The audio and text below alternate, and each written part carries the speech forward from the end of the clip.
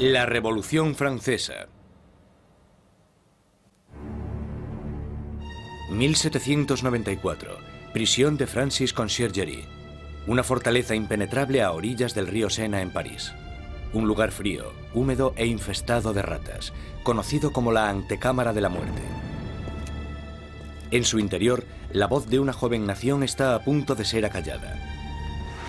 Con el pelo rapado y el cuello desnudo, Maximilien Robespierre está preparado para la cuchilla de la guillotina, para pagar el precio del desastre que dejó a su paso. La explosión de acontecimientos que constituyeron la Revolución Francesa. La Revolución Francesa es un momento extraordinario en el que la gente empieza a creer que puede rehacer casi toda la sociedad. No solo pueden cambiar la política, las instituciones, sino que a través de la acción política pueden cambiar también la propia naturaleza humana. La Revolución Francesa realmente constituye una encrucijada para el mundo moderno, porque todo empieza a tomar una dirección diferente. Nacida en plena era de la Ilustración, la Revolución fue testigo de cómo la tierra feudal le daba la espalda a la tradición aristócrata y trazaba un nuevo camino para el futuro. Hará temblar los cimientos de Europa y su impacto afectará al mundo entero. La Revolución Francesa es el acontecimiento más importante de la historia occidental. Hay avances como la Revolución Industrial, el capitalismo, pero en lo que se refiere a acontecimientos no se me ocurre ninguno más importante. Fue la revolución que más alteró las cosas, si consideramos que se deshizo de la Iglesia Católica, de la cristiandad, de la nobleza, del rey, de todo aquello que es tan fundamental antes del nacimiento del mundo moderno.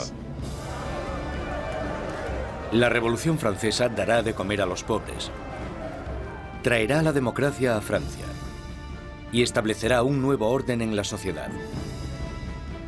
Pero el progreso tendrá un precio.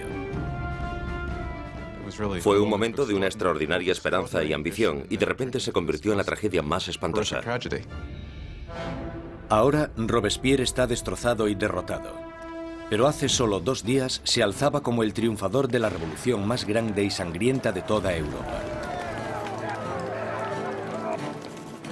Era tan fiel a sus ideales que le llamaban el incorruptible. Era tan poderoso que con la más mínima palabra podía sembrar el miedo en toda la ciudad. Robespierre era un excelente orador. Las palabras eran sus armas.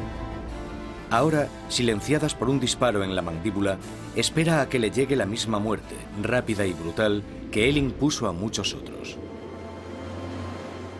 La Revolución Francesa está a punto de probar su propia medicina.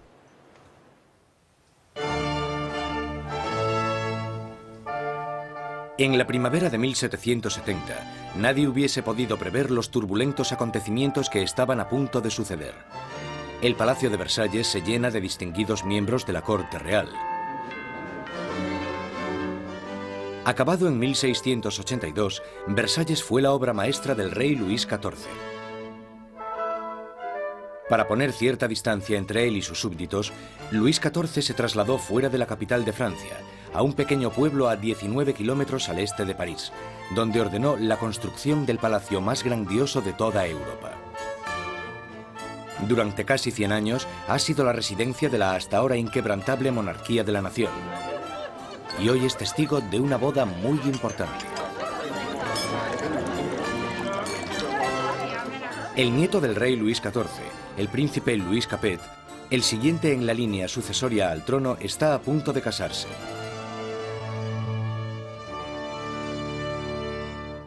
En su noche de bodas, con tan solo 15 años, Louis Capet es un chico tímido e indeciso, y posee pocas de las características propias de un futuro rey, y mucho menos de un marido. Luis era regordete, tímido, un quinceañero totalmente incompetente, con ningún tipo de distinción. La amante de Luis XVI, Madame Dubarry, le describía como un chico gordo y maleducado. Básicamente, era poca cosa. A Luis XVI le resultaba muy difícil tomar decisiones. Siempre la última persona con la que hablase podía hacerle cambiar de opinión.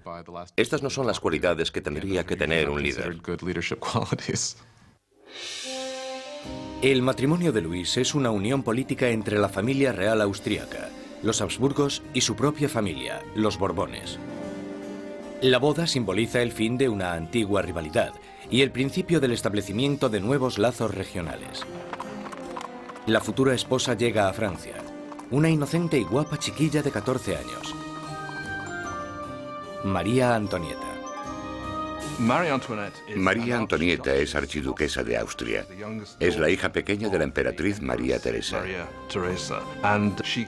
Llega a Francia como parte de un acuerdo matrimonial con el que se produce una alteración de las alianzas debido a que por primera vez en la historia Francia y Austria se convierten en aliados más que en enemigos. María Antonieta llega a Francia como un símbolo político, pero como a toda adolescente, no le interesan los asuntos políticos. María Antonieta llega a Versalles siendo muy joven. No sabía mucho del país en el que estaba, no conocía sus costumbres y a la corte. Era una niña fuerte, muy vivaz, pero seguía siendo una niña. Cuando María Antonieta llega a Versalles, es solo una adolescente de 14 años, rubia con los ojos azules. Es guapa. Le gusta que la gente la considere atractiva y llega con la intención de conquistar a su marido y a su nueva familia. En la noche de bodas cae una tormenta que no hace presagiar nada bueno. Pero en el interior, el esplendor de la ceremonia ilumina el palacio mientras los recién casados se dirigen a su habitación real. En una ceremonia que simbólicamente asegura la concepción de un heredero, los cortesanos del rey presencian el momento en que la joven pareja se mete en la cama de matrimonio por primera vez. La gente está encantada y se crean grandes expectativas. Pero una vez cerradas las cortinas, se ve claramente que no será tan fácil engendrar un heredero. Luis no solo no estaba interesado en gobernar, Luis tampoco lo estaba en amar. Y las primeras noches no le hizo mucho caso a su mujer, ni por extensión a su matrimonio. Pasarán años antes de que se produzca la consumación del matrimonio. La ausencia de un heredero pronto hará que surjan rumores en todo el país que continuarán persiguiendo a la pareja en los años venideros. La gran fiesta de la boda continúa durante varios días en Versalles, pero más allá de las puertas de palacio no hay casi ningún motivo de celebración. Años de mala administración por parte de la monarquía han llevado a los franceses a pasar penurias y hambre. Casi una década antes, el rey Luis XV había perdido una guerra de 7 años, luchando contra Inglaterra por América del Norte. El desafortunado conflicto casi arruina a Francia, dejándola sin dinero y sin prestigio. Las arcas del Estado estaban casi vacías. Sin embargo, su población aumentaba día tras día. Con enfermedades como la peste totalmente erradicadas, pocos morían, pero muchos pasaban hambre. En el siglo XVIII, la población de Francia aumentó de 20 a 26 millones tras haber crecido solo 1 millón en los 2 siglos anteriores. Esto causó una gran tensión generalizada y un nerviosismo en la gente. 4 años después de la boda real, el abuelo del príncipe Luis pierde su última batalla, contra la viruela. Muere Luis XV, un rey derrotado e impopular, dejando atrás a un país al borde del caos. En una espléndida ceremonia, el joven príncipe Luis hereda el trono y es coronado como Luis XVI. A pesar de la grandeza de su coronación, Luis XVI es totalmente consciente de que no está en absoluto preparado para ejercer de rey. Cuando muere el abuelo de Luis XVI y queda claro quién heredará el trono, él les dice que no sabe qué tiene que hacer, que se siente como si el mundo se le hubiese caído encima. A pesar de haber tenido una educación enfocada a su futuro reinado, no se siente preparado.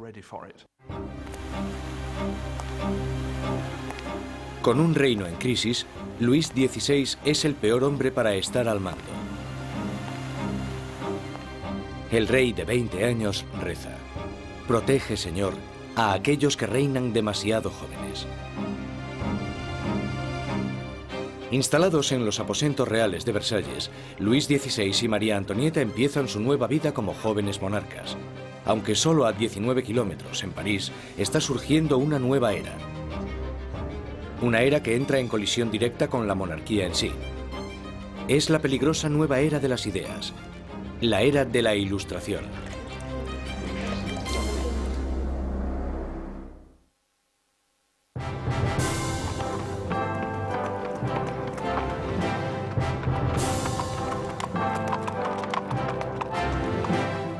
Mientras el carruaje real se va acercando al prestigioso colegio Louis le Grand en París, la gente se aglomera para echar un vistazo a la realeza.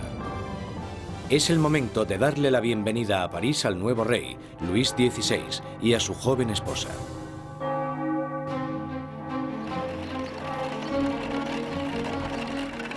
Y a la cabeza del comité de bienvenida está un prometedor estudiante de Derecho, el joven Maximilien Robespierre. Cuando Robespierre era niño, el rey visitó su colegio y Robespierre le leyó un discurso en latín. Así que, en realidad, habló con Luis XVI cuando él era solo un adolescente. Cuando Robespierre recita su monólogo en latín, el rey casi ni se fija en el niño. Pero años después, sus destinos les unirán otra vez en circunstancias muy diferentes, mucho más dramáticas. Fue uno de estos rituales habituales en los colegios, y por supuesto es totalmente irónico porque allí estaba el joven Robespierre leyendo este discurso en honor al hombre que más tarde matará.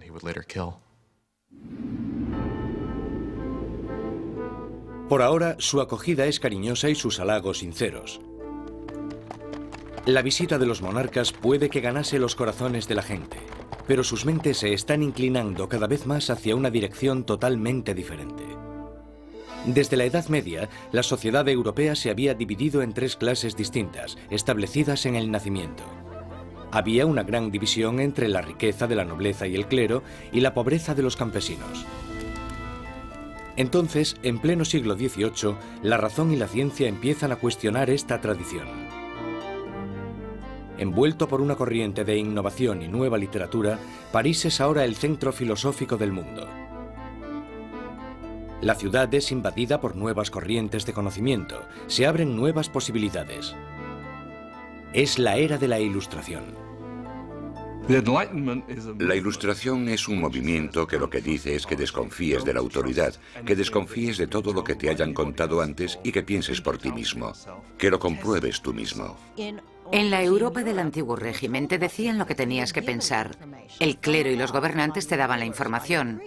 La idea de que una persona con algo de dinero pudiese acceder a través de la alfabetización al conocimiento humano de manera libre era revolucionaria. Surge una nueva élite por todo París. Los aristócratas se reúnen para hablar sobre los escritores de la Ilustración y la floreciente edad de la razón. Voltaire, Rousseau. Nuevas voces se alzan a favor de la libertad, del control del propio destino y, sobre todo, de la igualdad.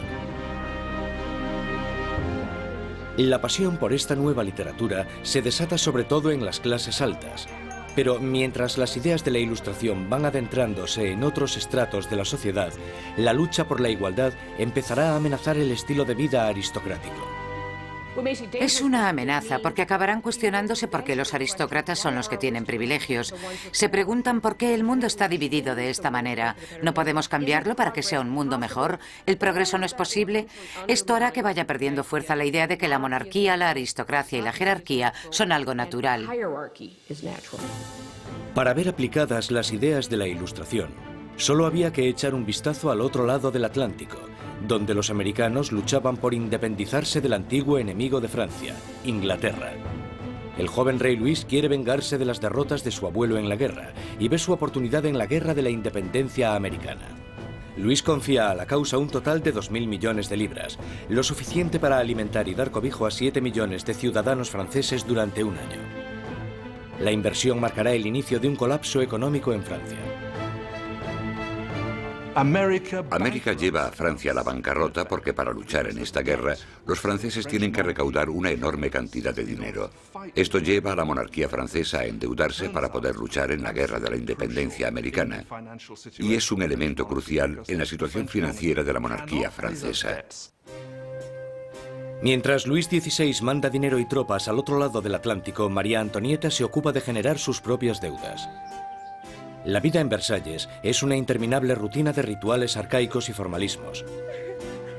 Hay ceremonias para cuando el rey y la reina se levantan, para cuando se visten, para cuando comen, para cuando se van a la cama. Para entretenerse en medio de la monotonía de estos rituales, María Antonieta preside extravagantes desfiles de moda. María estaba obsesionada con una moda ridícula, sobre todo con esos recogidos tipo torre de varios centímetros de altura y que llevaban horas y horas de elaboración y en los que metían todo tipo de ornamentos y frutas.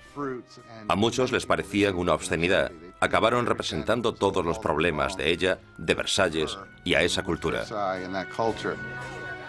Aparte de esta moda extravagante, María Antonieta se entretiene con los cotilleos de la corte, haciendo apuestas y representando obras de teatro. Cuando empieza a acumular deudas, le ponen el nombre de Madame Déficit. A María le ponen el nombre de Madame Déficit, ya que el país está sumido en un caos económico, y ella sigue gastando en vestidos, joyas y zapatos como si nada. Ella era la Imelda Marcos de su época. De todas las deudas que tiene la reina, la más grande es la que tiene con su país. Un heredero a la corona. En los 7 años que llevan casados, Luis XVI y María Antonieta aún no han concebido un hijo. Ella se encuentra en una situación cada vez más humillante. El trabajo de la reina es darle un heredero varón al trono francés. Y en esa época la gente la criticaba y estaba desilusionada. Decían que el rey nunca se debería haber casado con esa archiduquesa austriaca, porque ahora ni siquiera podía darle un heredero al trono. María Antonieta se encuentra en una situación desesperada. El apetito de Luis por la comida es incuestionable, pero el sexual está claro que no entra dentro del menú. María Teresa, la madre de María Antonieta, se cuestionaba: si una mujer tan guapa como mi hija no puede hacerle funcionar, ¿qué es lo que pasa?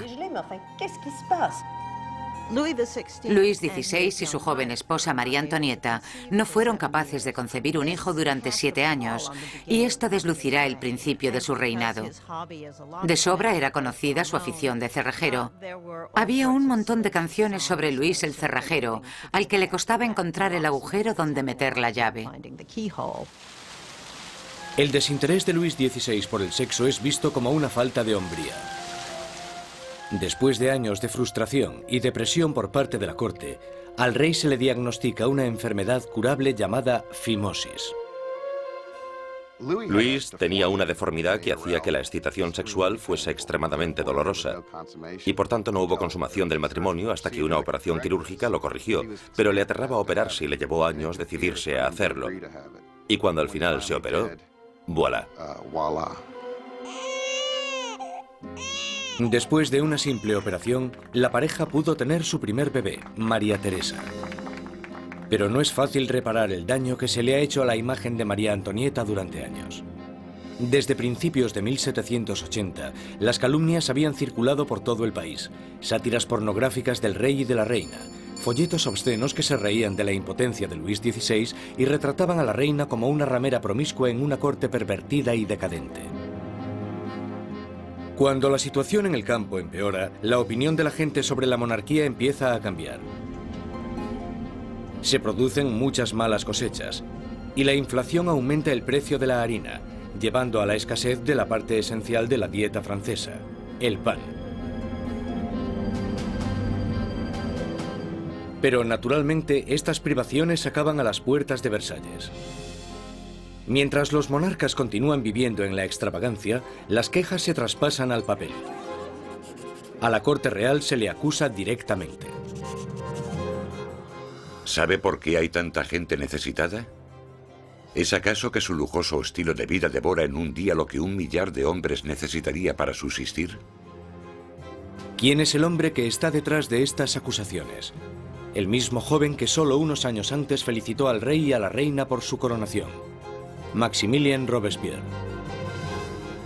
La gente pronto tendrá un portavoz que pedirá la libertad y la igualdad por la revolución.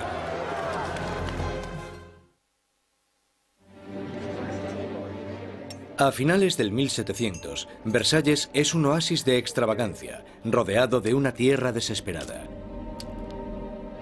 Y con un rey inseguro al mando, Francia está trazándose su camino al desastre.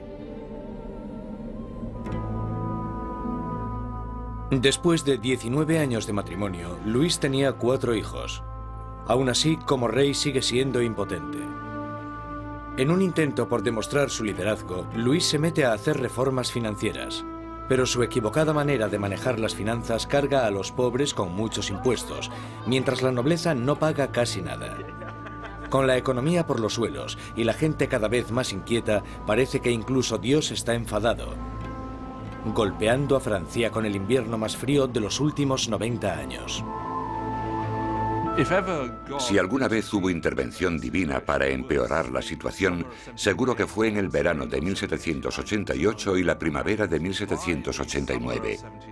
En el verano de 1788 había una creciente crisis política desarrollándose en un momento de seria escasez de comida. En 1788, para los franceses, la harina era la esencia de la vida. El pan, su medida de subsistencia. La mayoría de la gente en Francia comía casi 1 kilo de pan al día. El pan era esencial y su subida de precio la notó todo el mundo. Si el precio se doblaba, tenías problemas. Bajo la mala financiación de Luis XVI, el precio de la harina se disparó. Las escasas provisiones se estaban agotando y el precio de una rebanada de pan pronto igualó al sueldo de un mes. El hambre se convirtió en rabia. Surgen disturbios por toda Francia. Se atacan casas. Se roban panaderías. Y los panaderos, acusados de guardar pan, son linchados allí mismo.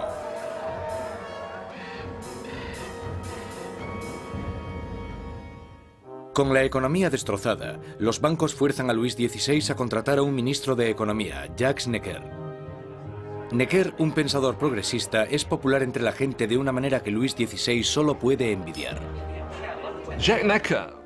Durante la primavera del 89, Jacques Necker fue, sin lugar a dudas, el ministro más popular, porque saltó a la luz pública por sus escritos sobre el deber del gobierno de asegurarse de que haya pan y grano suficiente para todos.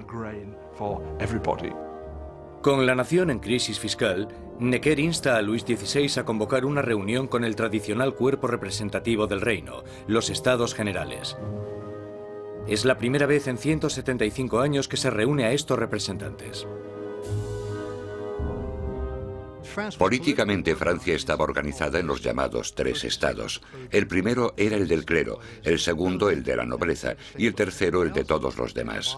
Y según los cálculos contemporáneos, los primeros 2 estados los formaban el 3% de la población y el tercer estado el 97%.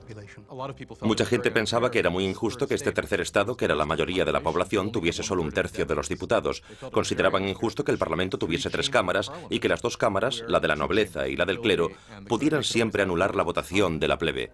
4 de mayo de 1789. Un destacado joven abogado y político llega a Versalles. Maximilien Robespierre viene a presentarse ante los Estados Generales como diputado, para ser la voz que pida justicia para la gente que él representa, el tercer estado. Robespierre era un huérfano provinciano que había destacado académicamente con la obtención de una prestigiosa beca, convirtiéndose en un orador elocuente. Un mojigato en apariencia, pero con las ideas muy claras. Cuando volvió a su casa, al pequeño pueblo de Arras, las ideas de la Ilustración que había absorbido en los salones de París tuvieron a un poderoso defensor porque se convirtió en el abogado de los oprimidos de su pueblo natal. Cuando volvió a Arras y empezó a ejercer de abogado, leyó mucho sobre la Ilustración y cuando Robespierre ejerció de abogado en Arras, intentó utilizar esas ideas en los casos que él estaba defendiendo. Robespierre y sus compañeros pedían que la nobleza y el clero pagasen sus impuestos. Pero Luis XVI se siente cada vez más amenazado por el creciente radicalismo del tercer estado. Entonces, el 20 de junio, después de 6 semanas de estancamiento, los diputados se dan cuenta de que están siendo silenciados. El 20 de junio, cuando los diputados llegan a la reunión y encuentran las puertas cerradas, sospechan de un complot. Van a la sala, que era lo que nosotros llamamos la sala de juego de pelota, pero que en realidad era un frontón, se reúnen y juran que no dejarán de reunirse hasta que tengan una nueva constitución. Los diputados deciden constituirse en una nueva Asamblea Nacional y ser los verdaderos representantes del pueblo de Francia. El juramento del juego de pelota es uno de estos grandes y simbólicos momentos de la historia de la Revolución Francesa. Tienes a todas estas personas reunidas en este gran espacio abierto que es la sala de juego, levantando sus brazos en una especie de saludo casi romano, y para esta Asamblea Nacional fue el momento en el que se dan cuenta de su poder y dignidad, y realmente vieron que podían derrocar al rey de Francia. La Asamblea Nacional nace de un revolucionario estado de rebeldía. Será una comunión de voces procedentes de todo el país, un cuerpo parlamentario representando la voluntad de la gente. Pero arrebatarle el poder al rey no será tan fácil como firmar una simple proclamación. Todas estas victorias iniciales que tuvieron lugar en Versalles son la mayoría victorias sobre el papel y ninguna se había llevado a cabo. Cuanto más nos vamos acercando a julio de 1789, más miedo tienen los diputados de Versalles de que el rey esté reuniendo al ejército para derrocarles. A principios de julio, 30.000 soldados toman posiciones en los alrededores de París. Para defenderse, la gente forma una nueva Guardia Nacional. Los revolucionarios asaltan las armerías de París y se van con más de 28.000 mosquetes. Lo único que les falta es la pólvora, y la gente sabe dónde encontrarla. En el centro de París se alza un enorme castillo de piedra, conocido como el símbolo del dominio feudal, la Bastilla. La prisión acoge los almacenes de pólvora de la ciudad y se conoce como la prisión de las torturas y las muertes inexplicables. La Bastilla había sido el gran símbolo del despotismo monárquico, el gran símbolo de los reyes de Francia yendo más allá de los límites de su propio poder. Para los franceses simboliza el horror. En medio de las revueltas se produce un sorprendente escándalo. Luis XVI despide a su ministro de Economía, el apreciado Jacques Necker, por portarse demasiado bien con el pueblo. Horas después de despedir a Necker, llega a París la noticia de que han despedido a su hombre preferido de la corte. No queda más opción que la sublevación. El 14 de julio, multitud de gente se reúne identificándose entre sí con un pequeño emblema. Rojo y azul son los colores de París, separados por el blanco, el color de la Casa de los Borbones. El tricolor ha nacido. De entre la multitud exaltada, una voz grita: ¡a la Bastilla! Con el ataque a la Bastilla, la gente de París está diciendo: no te podrás librar de una nueva Asamblea Nacional. La gente está tomando cartas en el asunto, está cogiendo las armas y diciendo: estamos del lado de la revolución. Cuando el director de la Bastilla, Bernard de Lugny, se entera de que una gran multitud se está aproximando a la prisión, intenta cerrarla. Monta una defensa desesperada, pero los revolucionarios asaltan la fortaleza y arremeten contra los guardas con cuchillos y lanzas.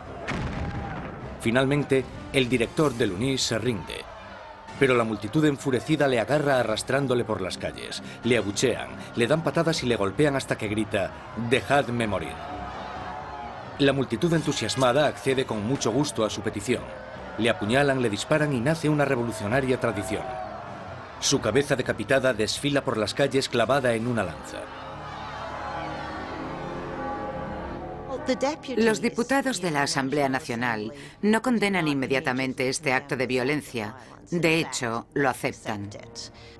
Y fue esta aceptación de la violencia política lo que, bajo el punto de vista de algunas personas, creó una forma de conducta que tendrá consecuencias catastróficas para el desarrollo de la revolución. Con el humo aún levantándose de la Bastilla, Luis XVI vuelve de su viaje de caza. Debajo de la fecha del 14 de julio de 1879 escribe: «Nada», refiriéndose a su desafortunada caza. Un asesor le interrumpe con las noticias de los disturbios y la caída de la Bastilla. Luis XVI le pregunta: ¿es una revuelta? «No, señor», responde. «Es una revolución».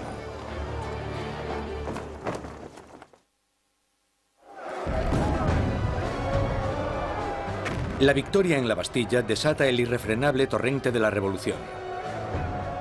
La gente ha desafiado a su rey y ha ganado. No hay vuelta atrás. Como símbolo de la derrota del feudalismo, la gente, hombres, mujeres y niños atacan y destruyen la Bastilla con sus propias manos, ladrillo feudal a ladrillo feudal. Están empezando a desmantelar el pasado. Los franceses querían destrozar la Bastilla lo más rápido posible, pero no tenían la posibilidad de usar explosivos poderosos.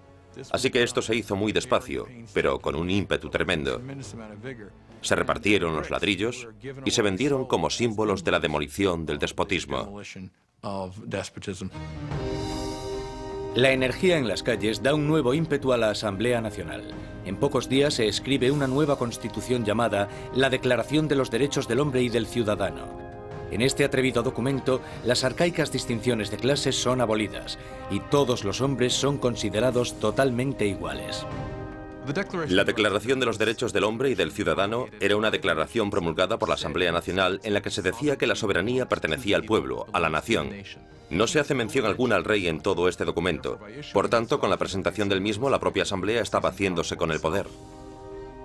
Con la nueva Asamblea Nacional como portavoz, los ciudadanos de Francia se dispusieron a cambiar toda la estructura de su sociedad. Exigían una monarquía constitucional, unos derechos iguales para todos los hombres y unas leyes razonables en las que basar la justicia. Para que se oyeran más las voces de la revolución, Robespierre exigió la libertad de prensa, que había sido censurada en el antiguo régimen.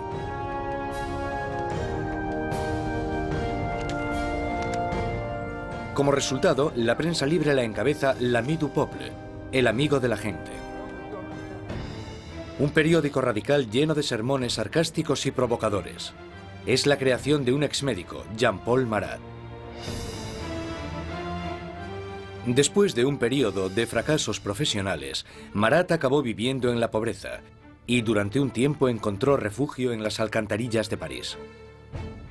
Allí fue donde contrajo una dolorosa enfermedad de la piel que le obliga a pasar largo tiempo dándose baños medicinales.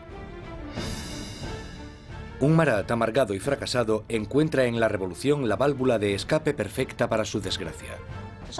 Jean-Paul Marat era simplemente uno de esos profesionales insatisfechos y desgraciadamente la revolución da una oportunidad a los profesionales insatisfechos. Marat canalizó toda su rabia, todo su resentimiento a través de un periódico que tuvo un éxito increíble, l'ami du peuple. Marat era un hombre con una rabia fuera de lo normal. Solo hay que leer las páginas de su periódico l'ami du peuple para darse cuenta. En cada publicación se puede ver la paranoia que tiene. Ve conspiraciones en todas partes contra la revolución y para él la respuesta es muy simple. La sangre, las cabezas. Marat aborrece la extravagancia de la monarquía en medio de la pobreza que domina Francia. Y solo necesita el rumor más insignificante para arremeter contra el rey y la reina en su periódico. El 2 de octubre de 1789 explota de rabia. A París llega la noticia de que el rey ha celebrado una fiesta en Versalles y que en ella los decadentes monarcas habían tirado al suelo la bandera tricolor, el símbolo de la revolución, y la habían pisoteado. Marat está furioso. Escribe sobre esta difamación en su periódico, justo cuando surge una nueva amenaza. El rey ha ordenado otra vez a las tropas que tomen sus posiciones en los alrededores de París. Con el golpe maestro de la Bastilla aún reciente en las mentes de las personas, Marat insta desesperadamente a entrar en acción. Gente de París, es el momento de que abráis los ojos. Salid de vuestro letargo, despertad. Una vez más, despertad. 5 de octubre. París se despierta con un ensordecedor ruido de campanas. Las mujeres se reúnen cerca del ayuntamiento para protestar por la escasez de pan. Y, según la gente se va enterando de la ofensiva fiesta del rey, el miedo al acercamiento de las tropas reales se mezcla con la rabia. Pronto, miles de mujeres se dirigirán a Versalles, con lanzas y pistolas en sus manos. Las mujeres van a exponer sus quejas al rey. El núcleo de esta multitud estaba compuesto por las famosas poissardes, las temidas pescaderas de los mercados centrales, famosas por su complexión fuerte y su valentía. Iban equipadas con cuchillos enormes de escamar pescado y estaban muy fuertes para transportar cajas. Yo no me atrevería a meterme con ellas. Son mujeres de los barrios pobres que se ven afectadas por el aumento del precio del pan y la escasez de productos. De repente se dan cuenta de que tienen que hacer algo. Es bastante increíble que estas mujeres de a pie, que seguramente la mayoría no supieran ni escribir su nombre, de repente se convirtiesen en las protagonistas de un proceso histórico. En Palacio, la noticia de que había un grupo de mujeres acercándose llegó a oídos de la reina. Cuenta la leyenda que fue en este momento cuando María Antonieta dijo la famosa frase que en realidad nunca dijo. María Antonieta no dijo, dejadles comer tarta. Eso es un mito. Desgraciadamente a María Antonieta probablemente ni siquiera le importaron los pobres de su país el tiempo suficiente como para decir eso. Mientras las mujeres se reúnen fuera de las puertas, Luis XVI se da cuenta de que la revolución ya no puede ser ignorada. La tiene en la puerta de su casa. Acepta firmar la Declaración de los Derechos del Hombre y del Ciudadano, pero la multitud continúa aumentando durante la noche. Cuando llega la mañana, hay 20.000 personas acampadas fuera de Palacio Real. Para acabar con los signos de distancia entre el rey y sus súbditos, la multitud enfurecida pide que el rey y la reina se trasladen a París. Más indeciso que nunca, Luis XVI es demasiado débil para responder. Su indecisión desatará la furia entre la multitud y pondrá las vidas de la familia real en grave peligro. Al no conseguir conformidad inmediata con lo que ellas quieren, realmente parece que van a matar a la reina. Un grupo de mujeres entran en el palacio, pidiendo a gritos la sangre de la reina. Matan a los guardas, los decapitan y clavan sus cabezas en lanzas. Estaban como locas gritando por todo el palacio. Dadme sus entrañas, dadme su cabeza, yo quiero una pierna, yo quiero un brazo. Creo que estaban tan frenéticas que si la hubiesen encontrado probablemente la habrían descuartizado.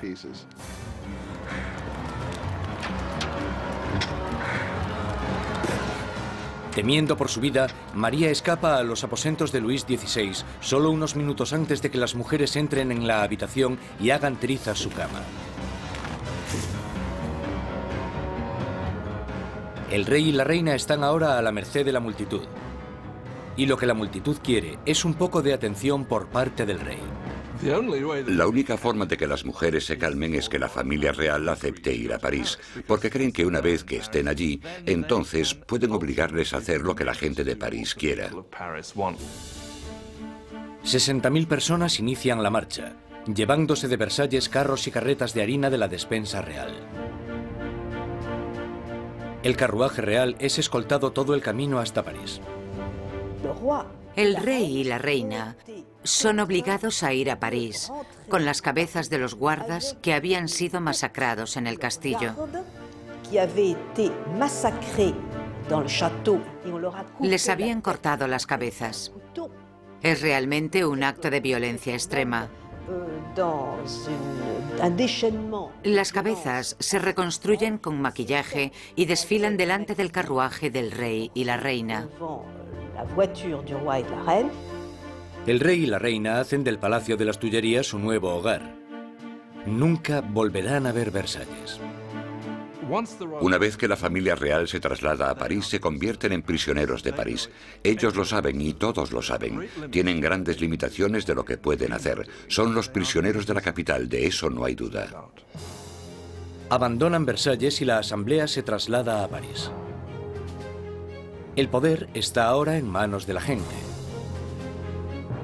Francia tendrá una nueva democracia, unas nuevas leyes, y una nueva e inolvidable forma de justicia hará su debut en el Estado revolucionario. La guillotina.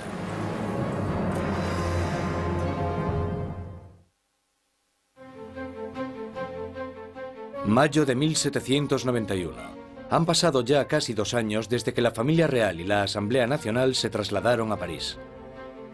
Robespierre habla a menudo en la Asamblea y en el Club Jacobino, una sociedad que lleva el nombre de su sitio de reunión, un viejo monasterio jacobino. Ahora, las palabras son el núcleo de la revolución. Y Robespierre sigue con su moral inquebrantable. Su verdadero norte es siempre la gente. Pronto le apodarán el incorruptible. Francia es ahora una monarquía constitucional. El rey está obligado a compartir su poder con los revolucionarios en la Asamblea. Pero parece que su ración de poder se va haciendo cada vez más pequeña, y es obligado a firmar ley tras ley, disminuyendo su propio poder y el del otro régimen feudal, la Iglesia Católica. Luis decide que ha llegado el momento de escaparse de los confines de la nueva república y montar una campaña para reclamar su reinado. En 1791, Luis XVI decide que necesita volver a obtener el control de su país. Y sabe que solo puede hacer eso con la ayuda de un ejército extranjero. Así que su idea es dejar el Palacio de las Tullerías y avanzar hacia la frontera más cercana. 21 de junio de 1791. El rey y la reina se disfrazan de criados y, protegidos por la oscuridad, se escapan de París. Inician una carrera hacia la libertad. Pasada la medianoche, llegan al pequeño pueblo de Varennes, 160 kilómetros al este de París. Están cerca de la frontera con Austria. La salvación solo a unos pocos kilómetros de distancia, pero su intento de fuga no irá más allá.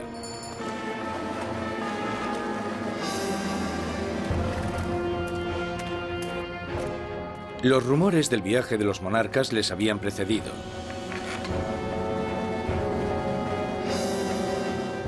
Un oficial del pueblo para el carruaje y les pide los pasaportes.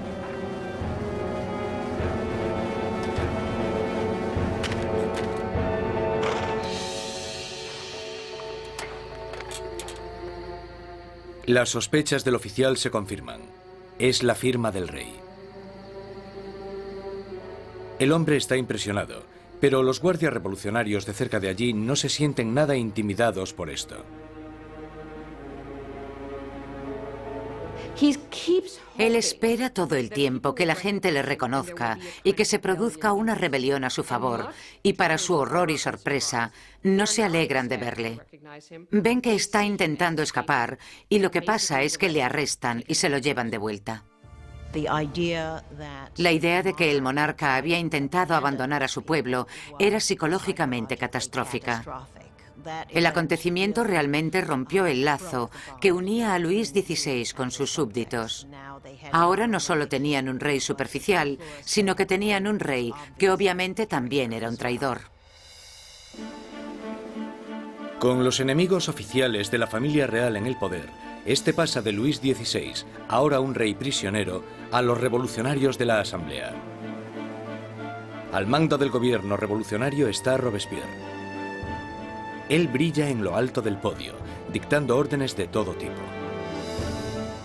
Exige el sufragio universal y el fin de la esclavitud en las Antillas francesas. Pide incluso con más pasión la erradicación de la pena de muerte. En la nueva era de la Ilustración, Robespierre quiere deshacerse de todos los restos del pasado medieval. Europa ha heredado un macabro repertorio de métodos de ejecución de la Alta Edad Media. Muertes crueles y tortuosas, a base de arrastrar, descuartizar, colgar, ahorcar y quemar en la hoguera. Bajo el antiguo régimen había toda una colección de truculentos castigos.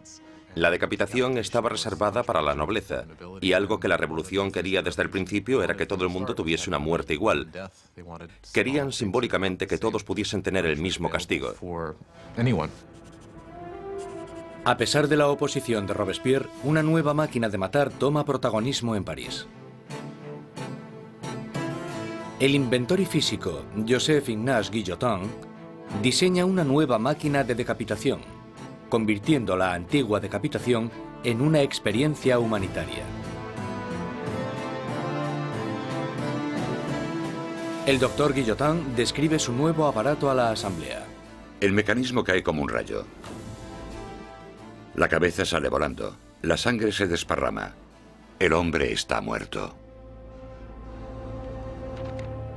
El mayor defensor del derramamiento de sangre, el periodista Marat, publica un artículo entusiasta en su periódico anunciando el nuevo nombre del aparato: guillotina. Pronto se conocerá con otro nombre: la cuchilla nacional. Los revolucionarios franceses creían en los valores humanos. Creían que no se debía causar un sufrimiento innecesario. Y lo que les gusta de la guillotina es que es rápida y eficiente. Y parece ser que, a pesar de que nadie haya regresado para contarlo, es indolora. La guillotina silenciará a los enemigos internos de la revolución, a cualquiera que sea sospechoso de planear el regreso del rey al trono. Pero son los enemigos de alrededor de Francia los que más preocupan a la Asamblea. Hay un miedo creciente de que los miembros de la familia real que huyeron a Austria inicien una contrarrevolución armada. La Asamblea exige un ataque preventivo, una declaración de guerra a Austria. Robespierre está en contra. Robespierre es una de las pocas personas que se opone a la guerra, porque piensa que los enemigos ganarán. Robespierre teme que el país no esté preparado porque no tiene un ejército capaz de derrotar al enemigo, y por tanto el enemigo llegará y destruirá la revolución. Robespierre no consigue convencerlos. En abril de 1792, la Asamblea declara la guerra a Austria, el país gobernado por la propia familia de María Antonieta. Surge un sentimiento nacionalista. Si Austria derrota al ejército revolucionario, Luis XVI sin duda reclamará su trono. Y se sospecha que María Antonieta está ayudando al enemigo mediante el envío de cartas a sus familiares en Austria, en las que se les pasa los movimientos de las tropas francesas para que obtengan ventaja. Todo esto mientras el rey y la reina simulan su apoyo a la revolución. Luis XVI y María Antonieta están jugando a dos bandos. Muchas veces simulan estar a favor de la revolución, pero a la vez conspiran contra ella. Están intentando sobrevivir. Se podría entender como que son supervivientes, pero bajo el punto de vista revolucionario, son unos mentirosos.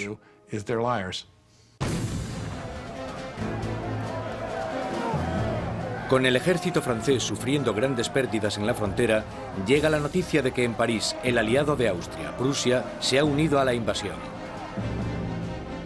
Las tropas están bajo el mando del duque de Brunswick, un general prusiano. La tensión invade las calles de París. Y entonces los periódicos publican una carta del duque de Brunswick, un manifiesto en el que se amenaza con destruir París si se le hace daño a sus majestades el rey y la reina. Una amenaza equivocada que fracasa totalmente. 10 de agosto de 1792. 27.000 ciudadanos armados, empujados por la rabia y la indignación, se dirigen al Palacio de las Tullerías e inician un ataque salvaje contra los guardias reales. Al final mueren más de 800 hombres de ambos bandos. El rey huye y busca protección en la Asamblea, pero ya no existe la monarquía. A Luis le han quitado oficialmente su título.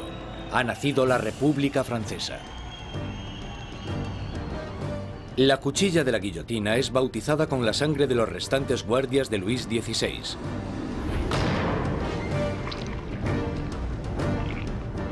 Y Robespierre, en su día un incondicional opositor de la pena de muerte, ha cambiado de opinión.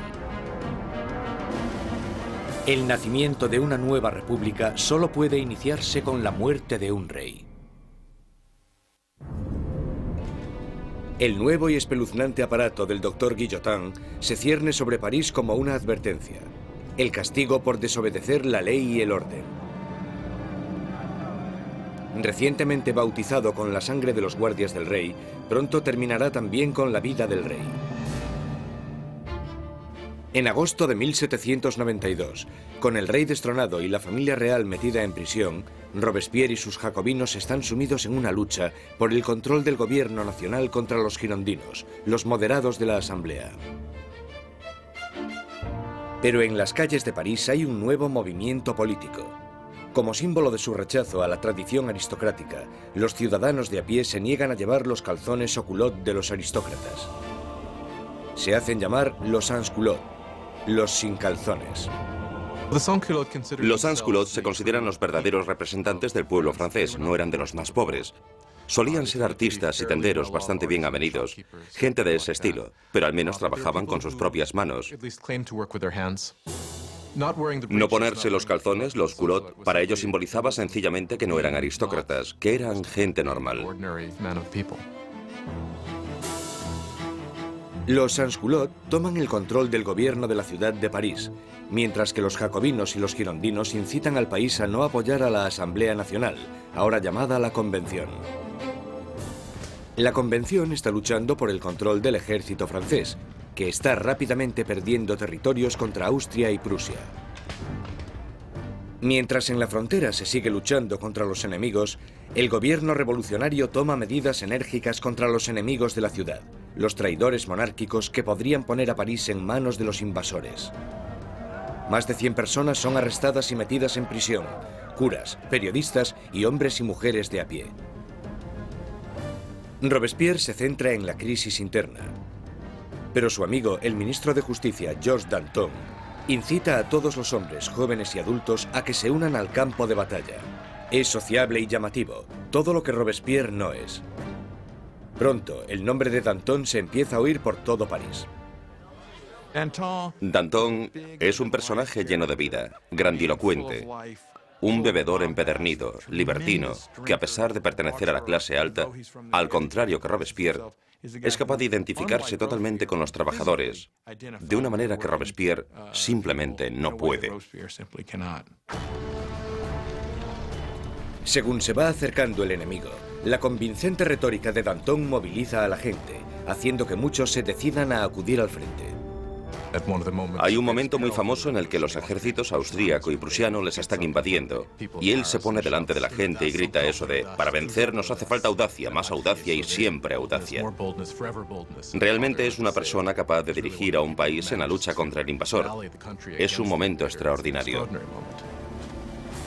Al irse tantos hombres al frente a luchar, París se queda indefenso, con las cárceles llenas de prisioneros políticos. Un miedo inquietante inunda la ciudad. La creciente multitud de prisioneros quizás sea difícil de contener.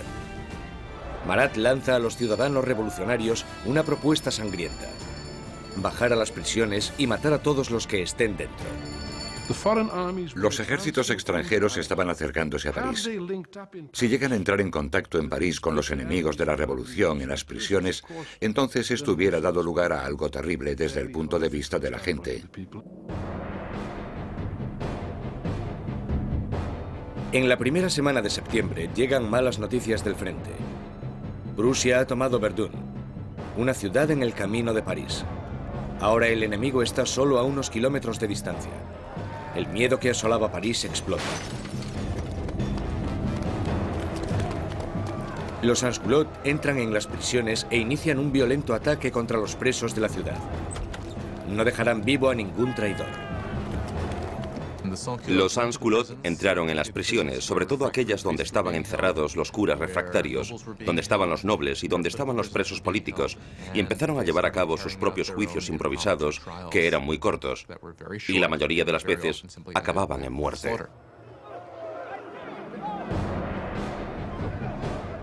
Las mujeres son violadas o mutiladas, los curas son destripados, los aristócratas descuartizados.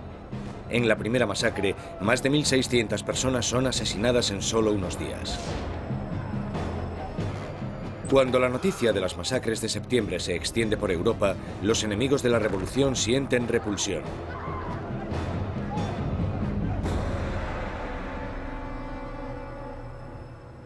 Al otro lado del Canal de la Mancha, el London Times publica su repugna. ¿Son estos los derechos de los hombres? ¿Es esta la libertad de la naturaleza humana? Los tiranos más salvajes que vagan a cuatro patas por los territorios inexplorados de África son incluso superiores a estos animales parisinos de dos patas. La revolución ha tomado un rumbo intolerable. Incluso Robespierre se da cuenta de que las cosas han ido demasiado lejos, que la gente no puede dirigir sola la revolución. Necesitan a alguien que les guíe. Una mano de hierro. Gracias al poder de sus palabras, el incorruptible salta a la palestra como el hombre que puede guiar a la revolución. Robespierre, que anteriormente había apoyado la monarquía constitucional, ahora cree que ya no hay sitio para un rey. Se toma una decisión trascendental. Francia llevará a juicio a su propio monarca.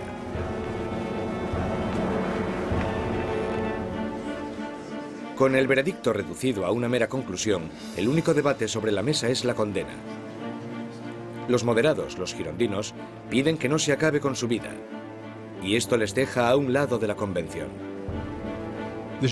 A los girondinos se les planteaba una cuestión importante en lo que se refiere al rey, porque aunque ellos estaban convencidos de querer una república, no estaban tan seguros de que fuera necesario matar al rey. Los jacobinos, que querían la sangre del rey, superaban en número a los girondinos. ¿Por qué los jacobinos querían matar al rey?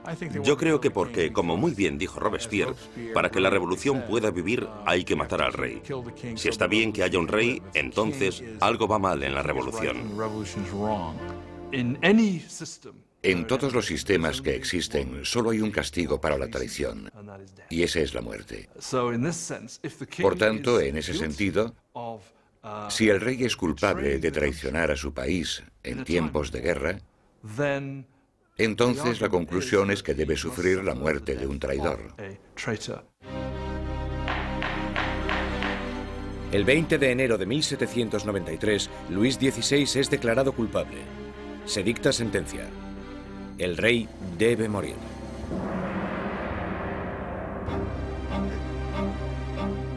Esa noche se reúne durante un rato con su familia. Él está calmado y entre los llantos de sus familiares les promete que volverá a la mañana siguiente para despedirse definitivamente. Pero no lo hace. No puede soportar la angustia de su familia y debe guardar fuerzas para afrontar la guillotina.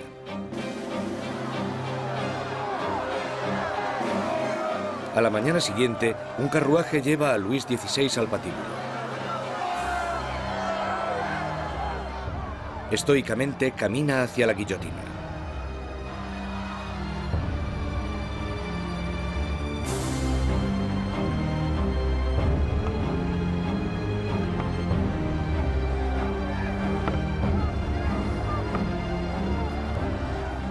Intenta dar un discurso. Confío en que mi muerte sirva para hacer feliz a mi pueblo, pero siento pena por Francia y temo que pueda sufrir la ira del Señor. Pero los guardias silencian sus palabras con el ruido de los tambores.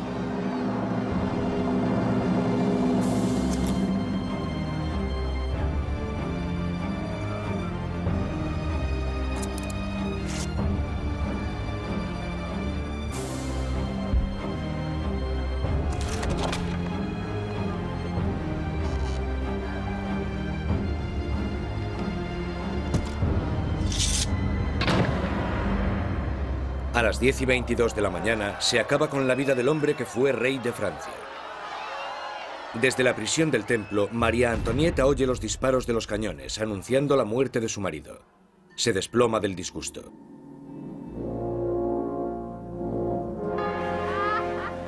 La sangre del rey es derramada. La revolución victoriosa. Pero los enemigos de la revolución pronto reclamarán su propia victoria. ¿Su objetivo? El hombre que está pidiendo que rueden tantas cabezas. Jean-Paul Marat.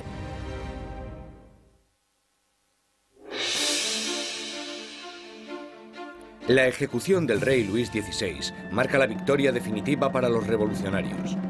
Un momento cumbre en el que la joven nación, la República Francesa, nace literalmente de la sangre. A finales de 1792, los radicales jacobinos, por miedo a que la nueva revolución corra peligro de ser saboteada por los traidores, deciden utilizar medios cada vez más violentos. Pero los girondinos, que representan a los campesinos franceses, quieren frenar la creciente violencia por miedo a que desencadene una guerra civil. Su mayor oponente, Jean-Paul Marat, responde a los girondinos con furiosas palabras en su periódico. publicando los nombres de aquellos que él cree que están conspirando contra la revolución. Marat, que anteriormente había exigido la ejecución de 200 personas, ahora pide la de más de 200.000. Cuando observas el periodismo de Marat, te das cuenta de que tiene un principio básico que es el de ser más radical que nadie y exigir que se mate a la gente. Si observas el periodismo de Marat, todo el rato dice, con solo cortar unas cuantas cabezas todo irá bien. Y cuando las cosas no van bien, si cortas unas cuantas cabezas más, todo irá bien. De repente, los parisinos empiezan a matar a gente y Marat es el primero que quiere llevarse el mérito por eso. Pero el movimiento radical no ha llegado a todas partes. La gente de las afueras de París está furiosa con la creciente brutalidad de los jacobinos y piden que pare el derramamiento de sangre.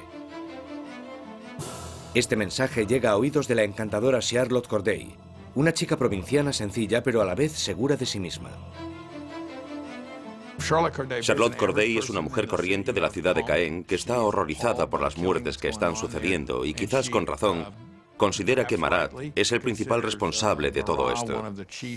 Él ha jugado un papel decisivo en el radicalismo de la revolución. La gente seguía pidiendo que rodasen cabezas. 13 de julio de 1793. Charlotte Corday llega a París. Sabe que el amigo del pueblo tiene una política de puertas abiertas y que a Marat se le puede encontrar en su casa a cualquier hora, dándose baños medicinales. Corday le visita con la excusa de que tiene una lista de traidores, de aquellos que están colaborando con los enemigos extranjeros para acabar con la revolución. Marat le pide la lista, prometiendo a Corday que los traidores serán guillotinados al día siguiente. Y cuando se la da, coge una daga, un pequeño puñal, y se lo clava en el pecho.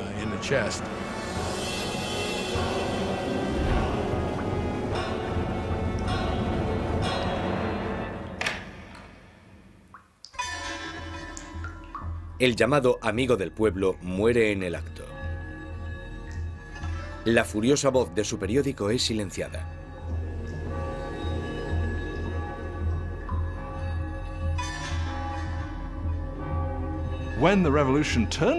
Cuando la revolución se convierte en un baño de sangre, es muy fácil echarle la culpa a él y por supuesto eso fue lo que hicieron los que le odiaban o le temían.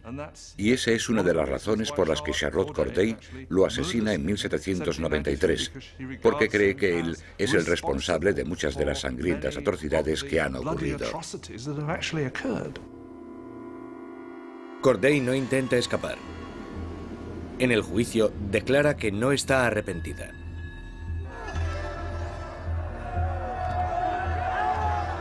¿Qué esperaba conseguir asesinando a Marat? La paz. Ahora que está muerto, volverá la paz a mi país.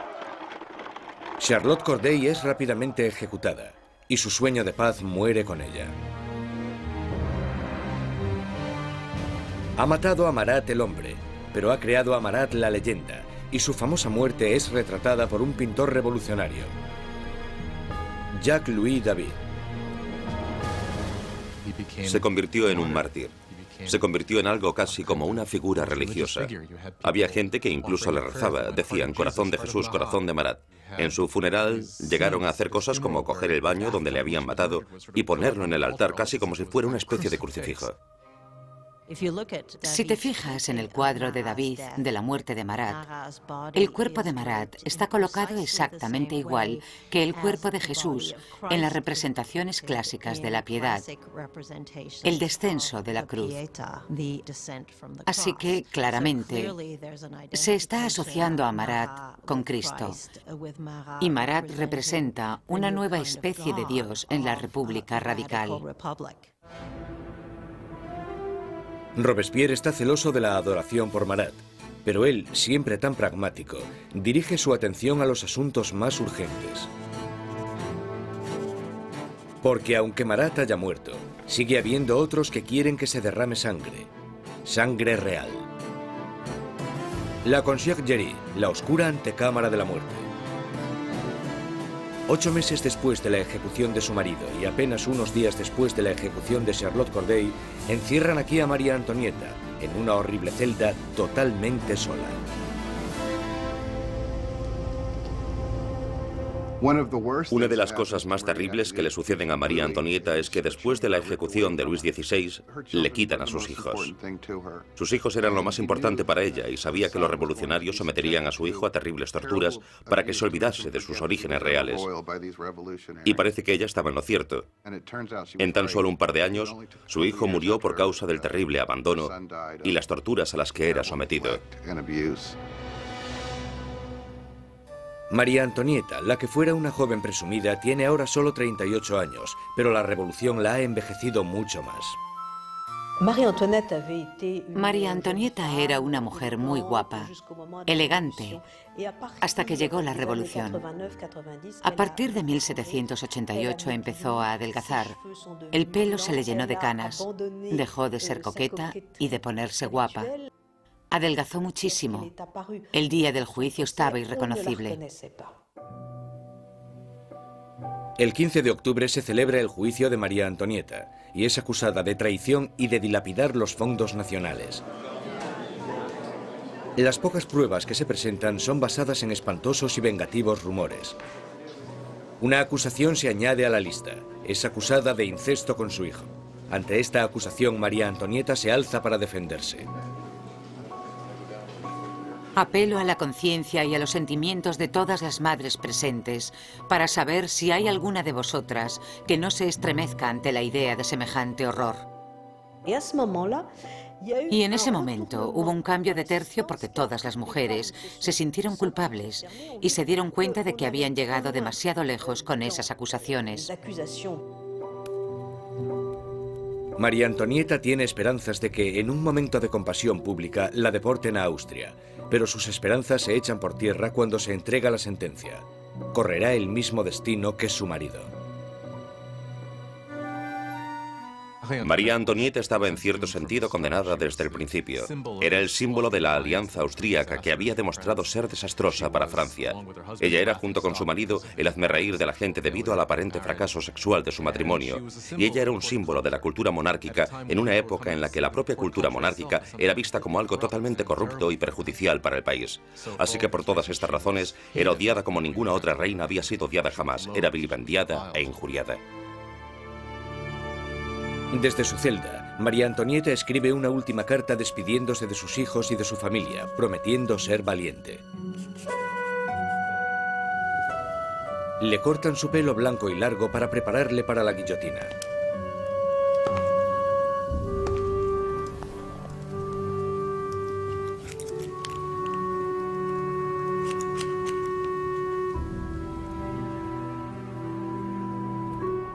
Le atan las manos con firmeza. Mientras es escoltada para salir de la prisión, tiene la esperanza de que llegue un carruaje. En vez de eso, es una carreta, la carreta donde van los criminales comunes. Ella esperaba que cuando la llevasen al patíbulo recibiría el mismo tratamiento que recibió el rey, lo que suponía subir en un carruaje cerrado para que la multitud no pudiese llegar hasta ella. Pero la pusieron en una carreta abierta y la gente le gritaba todo tipo de cosas, cosas horribles, terribles amenazas. Apenas la sombra de la soberana que fue, María Antonieta mantiene su dignidad de reina mientras desfila por las calles de París.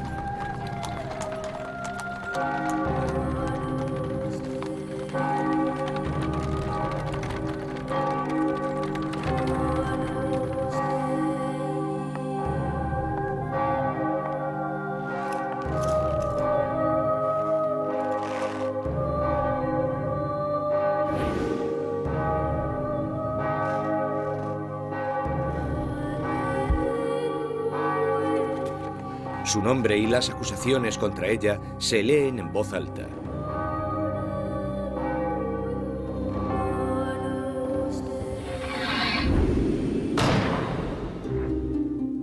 La última reina de Francia ha muerto. Varios días después, tras incontables ejecuciones, un miembro de la Convención Nacional comenta lo absurdas que son estas masacres, y sus aliados, uno detrás de otro, son guillotinados. Él dijo, la revolución es como Saturno, devora a sus propios hijos. Danton le contesta: las revoluciones, amigo mío, no son un camino de rosas. El derramamiento de sangre solo acaba de empezar.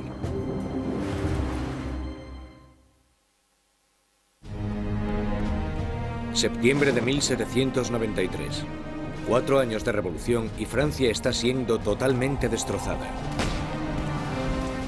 En las provincias se producen violentas insurrecciones. Y en la guerra contra Europa están perdiendo a muchos hombres. Tras sufrir una terrible derrota, los británicos toman la ciudad costera de Toulon. Europa está minando cada vez más las fronteras francesas. Francia es el país más grande y más poblado de Europa Occidental y tiene un gran poder militar. Y claro, cuando empezó la revolución, un montón de sus tradicionales enemigos y también un montón de sus tradicionales aliados pensaron: sí, esta es nuestra oportunidad, no para hacerse con algún territorio de Francia, sino para enriquecerse a su costa y debilitarla, para siempre. Francia está aislada de toda Europa. Gran Bretaña la está bloqueando y Austria y Prusia están atacándola e invadiéndola. La gente de París tiene miedo de que la victoria de la contrarrevolución dé lugar a un baño de sangre. Danton y Robespierre, los mejores oradores de la convención, se dan cuenta de que para poder salvar la revolución tienen que atacar. Convencen a sus compañeros para establecer una nueva y amenazadora ley marcial. Es hora de que todos los franceses disfruten de una igualdad sagrada. Es el momento de imponer esta igualdad mediante leyes que hagan justicia contra los traidores y conspiradores. Haced que el terror esté a la orden del día.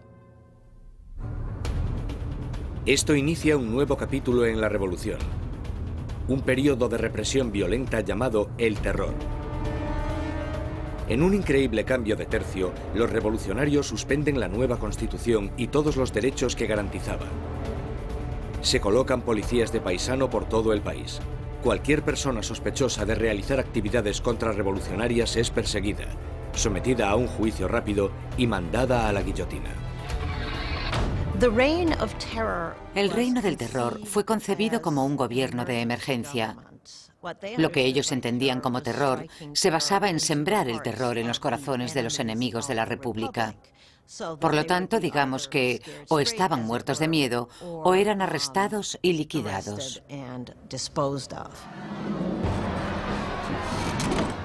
La más mínima sospecha podía mandar a cualquiera al patíbulo.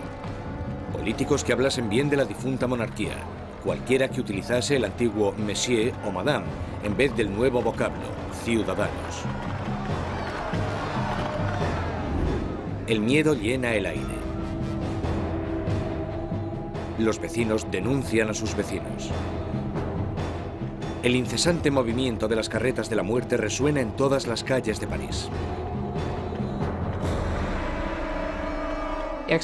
La gente está totalmente pendiente de las ejecuciones. Saben que en París hay policías de paisano, bastantes policías de paisano por todas partes, de pie en la cola del pan, escuchando lo que las mujeres dicen y arrestándolas si no les gusta lo que oyen. Podían arrestarte por quejarte por lo caro que estaba el pan. Podían arrestarte incluso por no estar demasiado contenta con el curso que tomaban las cosas y con el éxito de la revolución, así que en realidad casi todo lo que comentaras podía traerte problemas.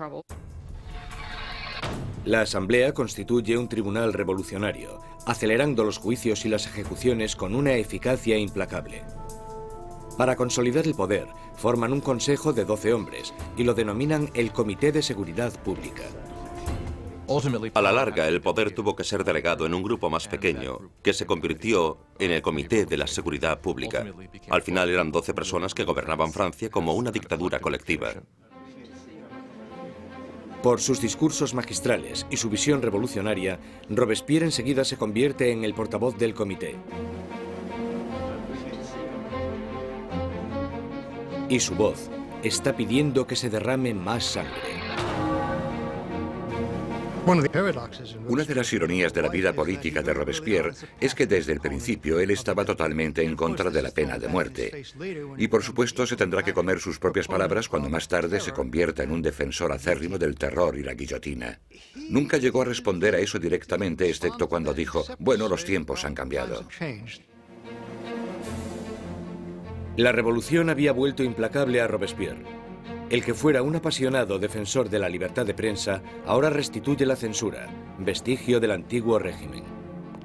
La Iglesia ya está siendo atacada y él se queda de brazos cruzados mientras uno de los revolucionarios más radicales, Jacques-René Hebert, hace una nueva propuesta: la descristianización. En plena crisis de la guerra y en plena rebelión interna, la gente empieza a decir que la culpa de todo la tienen los curas, la religión. Y que lo que tenemos que hacer, si queremos salvarnos de los enemigos de la revolución, es destrozar el poder de la Iglesia Católica. La superstición, el fanatismo, eso es de lo que trata la religión y por tanto lo que tenemos que hacer es erradicar todo eso. Las calles que llevaban la palabra San son cambiadas de nombre. Los iconos religiosos son destrozados y reemplazados por tributos al nuevo santo, Marat. La Iglesia parecía simplemente ser el enemigo de los revolucionarios radicales. A las iglesias y las catedrales les arrancan los altares, rompen las vidrieras, rompen las estatuas, simplemente destrozaron toda la riqueza de la Iglesia. Por supuesto, a los europeos esto les chocó, incluso más que la muerte del rey. Ni siquiera salvaron el calendario cristiano.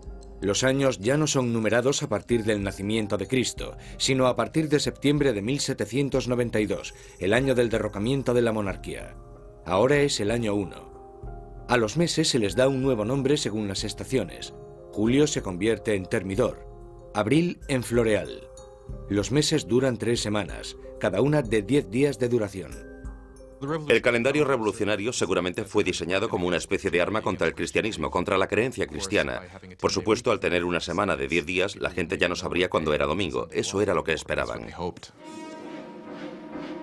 El terror se extiende por toda Francia. Se condenan las insurrecciones con una sanguinaria e implacable crueldad. En la ciudad de Lyon, donde los contrarrevolucionarios están ganando terreno, el Comité de Seguridad Pública sienta un ejemplo brutal. Cientos de rebeldes son atados, llevados a campos y acribillados en masa.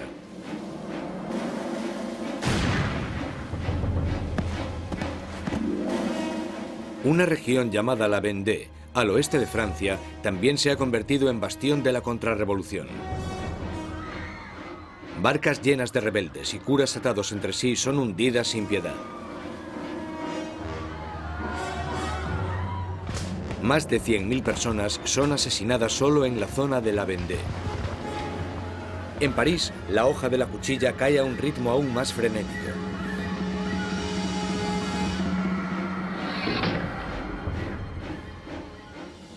Pero los ejércitos franceses están finalmente obteniendo victorias en la frontera. Bajo el mando de un magnífico joven comandante llamado Napoleón Bonaparte, el ejército francés obliga a la Marina británica a realizar una humillante retirada en Toulon. La revolución está en su punto álgido. Robespierre está en su momento de más poder. Ha acabado con los enemigos de la revolución y ha asegurado su éxito sembrando el terror. Durante un tiempo, el terror fue un mecanismo muy efectivo para conseguir la unión del país, la unión del gobierno, y para luchar en lo que fue, después de todo, una guerra en varios frentes, en el frente este, en el frente norte, contra enemigos externos.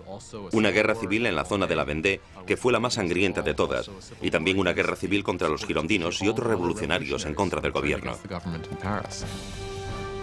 El terror había alcanzado sus objetivos, pero no se para ahí, y no parará hasta que destruya al hombre que lo sembró. Maximilien Robespierre.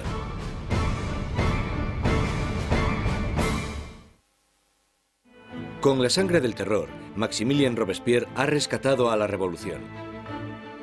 Un enérgico ejército está defendiéndose contra los ataques en la frontera, pero las dificultades internas aún no se han sofocado. En la cima del éxito, Robespierre sueña con un reto aún más grande: sembrar más terror para crear un nuevo tipo de sociedad. La República de la Virtud. Con virtud se refiere a la virtud cívica. Es un principio fundamental para Robespierre. Por ejemplo, no puedes ser un ciudadano virtuoso con simplemente obedecer la ley. Debes de estar activamente involucrado en el trabajo del Estado, y eso incluye acabar con los enemigos del Estado. El 5 de febrero de 1794, Robespierre da un discurso destacando su filosofía. El terror sin la virtud es desastroso, pero la virtud sin el terror no vale para nada. Asocia la virtud con el terror. El terror en ese momento se convierte, a su manera de ver, en un instrumento con el que crear virtud. Pero otros no están de acuerdo. Para Danton, la revolución está yendo por el camino equivocado. Él y sus seguidores, los dantonistas, creen que es el momento de acabar con el terror, porque este ya ha hecho su función. En la primavera de 1794 las cosas empiezan a mejorar.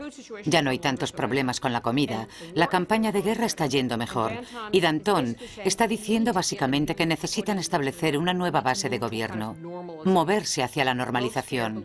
Robespierre piensa que es demasiado pronto. Danton empieza organizando un grupo para debatir cómo acabar con el terror. Robespierre lo interpreta como una amenaza directa al gobierno. No lo ve como una simple diferencia de opinión sobre la dirección que debe tomar la política, lo ve como una traición. Y en la República de la Virtud de Robespierre, solo hay una respuesta a la traición. Los dantonistas son perseguidos y enseguida sentenciados a muerte. Robespierre ha mandado a cientos al patíbulo, pero estas ejecuciones le ponen nervioso. No acudirá a la decapitación de sus antiguos amigos y aliados. Mientras sube las escaleras de la guillotina, Danton grita: De lo único que me arrepiento es de irme antes que esa rata de Robespierre.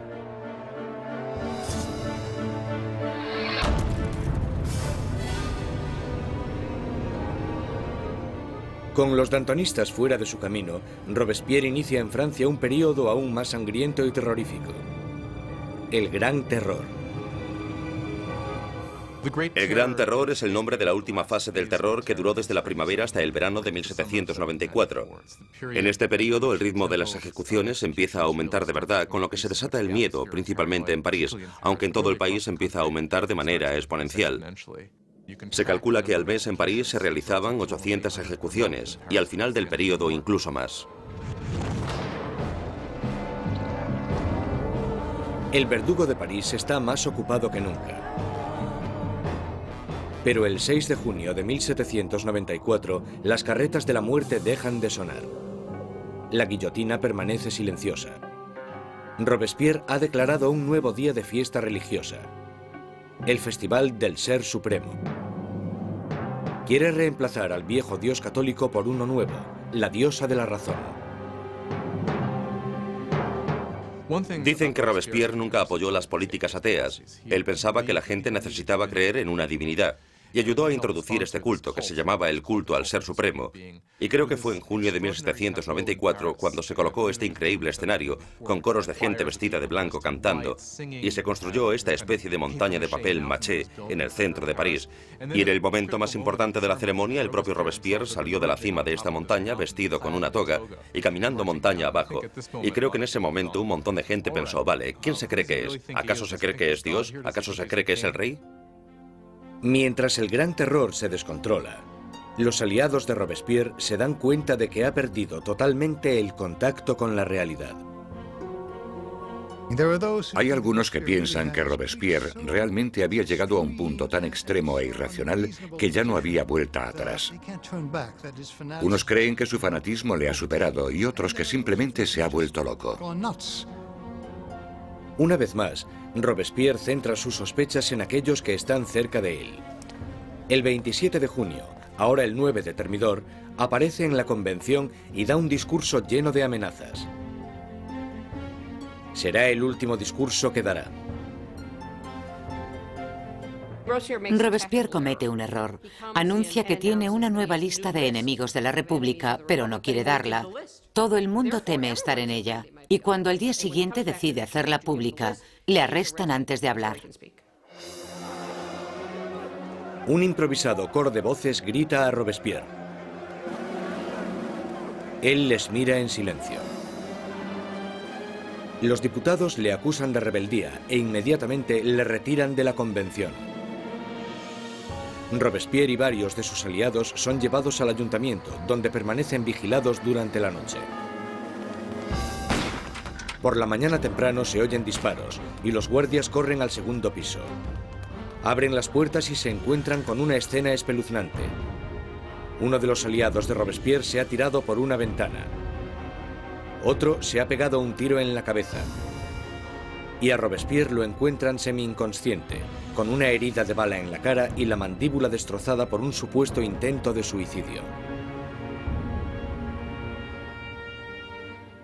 Robespierre pasa sus últimas horas de vida en la mesa del Comité de Seguridad Pública, en la misma sala desde donde había conducido el terror hasta su espantoso y sangriento final. Mientras es ridiculizado e insultado por sus antiguos aliados, Robespierre es incapaz de responder. El gran maestro de la oratoria ha sido acallado. En la Conciergerie, donde la última reina de Francia le había precedido, Robespierre se prepara para la hoja de la cuchilla nacional. Su compañero de celda, el revolucionario Saint-Just, le señala un dibujo de los derechos de los hombres y el ciudadano, y declara: por lo menos hicimos eso. Robespierre encabezó la revolución y cambió la estructura de Francia. Estableció un nuevo orden de sociedad e instauró un sistema sangriento y tiránico para asegurarse el éxito. Pero estaba destinado a ser una de las últimas víctimas de este sistema. Resulta que la gente quiere realmente acabar con el terror, pero nadie sabe cómo hacerlo. Lo único que puede acabar con el terror, y parece que en eso todos están de acuerdo, es la caída de Robespierre.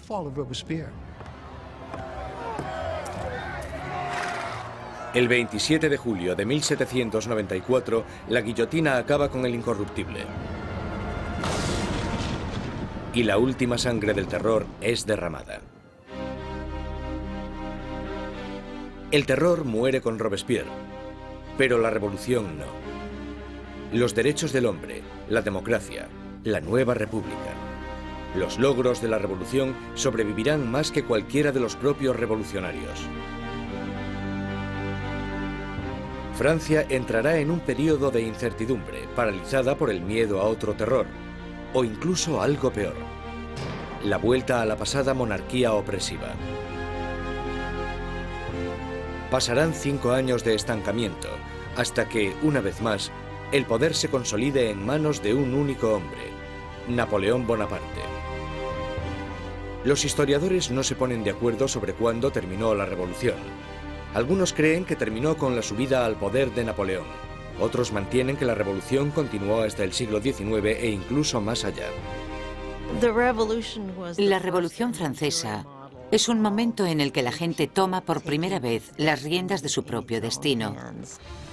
La idea de que los súbditos de la monarquía más antigua, más prestigiosa y más poderosa de Europa pudiesen reescribir su historia fue algo que tuvo una resonancia increíble. La revolución destruyó la antigua Europa feudal y cambió para siempre el curso de la civilización occidental. Con la Revolución Francesa surgen muchas preguntas. ¿Cuánta violencia está justificada para conseguir una sociedad mejor? ¿Tiene la gente derecho a acabar con lo que consideran un sistema injusto para reemplazarlo por lo que están convencidos en sus corazones de que es un sistema más justo? ¿Cuánta violencia está justificada para poder llevarlo a cabo? Aún hoy en día nos preguntamos todo esto. Cuando Robespierre y sus aliados estaban ocupados conduciendo a su país hacia el futuro, muchos de ellos se debieron haber preguntado cuál sería el resultado final. Más de 200 años después del nacimiento de la República Francesa, el fantasma de Robespierre está aún presente en las revoluciones. Desde Rusia hasta Vietnam, desde China a América Latina. Los experimentos franceses con la democracia han inspirado los modelos de todo el mundo. Sea donde sea que haya una tiranía, el grito pidiendo justicia perdurará para siempre. Libertad, igualdad, fraternidad. Por la revolución.